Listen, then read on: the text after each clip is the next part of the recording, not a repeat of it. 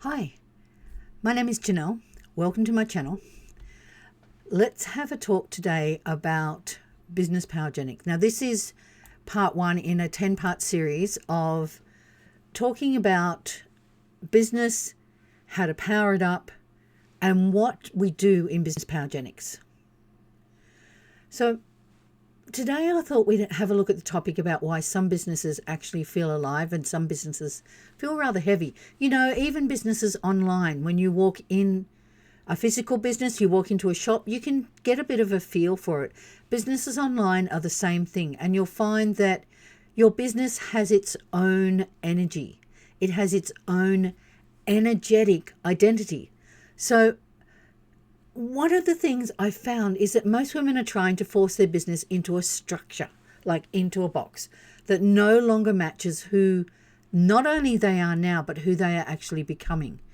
And there are things like, people thinking that their business is just branding, just offers, strategy. There's more to it than that. It develops its own energetic identity and it creates a consciousness over time. So you see, some businesses feel alive. You walk into them and they feel alive. And walking into a shop, as I mentioned before, it's easy to pick that up because you feel the energy. When it is your business, you know what it feels like, even if it's online. You know that the person you are is providing clarity. The business has got movement and it's got life. You look at some businesses and they feel, I was going to say dense, but heavy, pressured. They're emotionally exhausted in their own energy field. Now, you'll also find, of course, that the women who are running these businesses are feeling exactly the same, right? And you'll find that you can feel when a business is being led from alignment versus survival mode. And one of the things that I've found, is that businesses hold memory.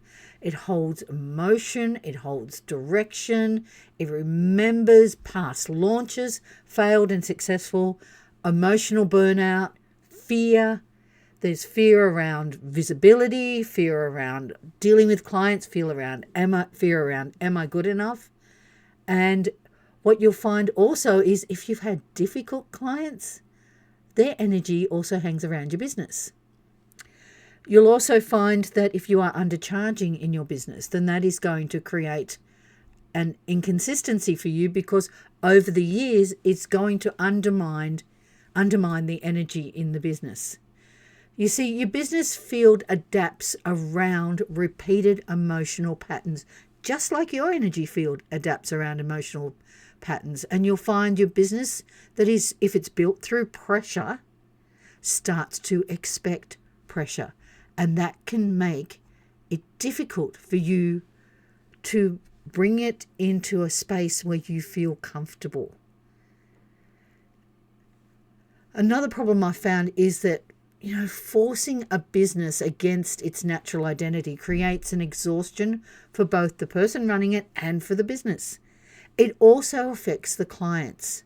And if you've got a relational or a spiritually led business and you are running it through masculine business models or through, I'd say, particular containers, you'll find that you become disconnected and your energy becomes disconnected from the natural way of leading in your business.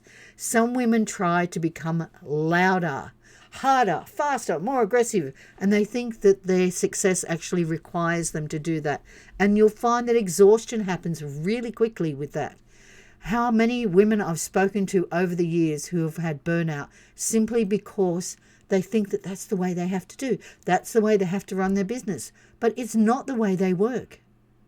And it doesn't work for them. It doesn't work for the business.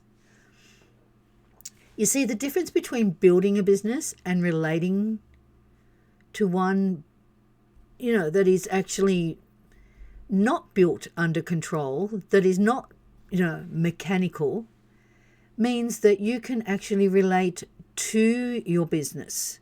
You can actually be the energy of your business. The problem is that most women have never been taught to relate to their business as a living, energetic relationship. And this is what we do in Business Powergenics. And not only that, we'll help you how to manage it, because most women are trying to control their business instead of listening to what it's becoming. Are you listening to your business? Because the thing is, your business may not actually be resisting growth. It may be simply missing what is really required. And that is for you to understand that it's currently in misalignment.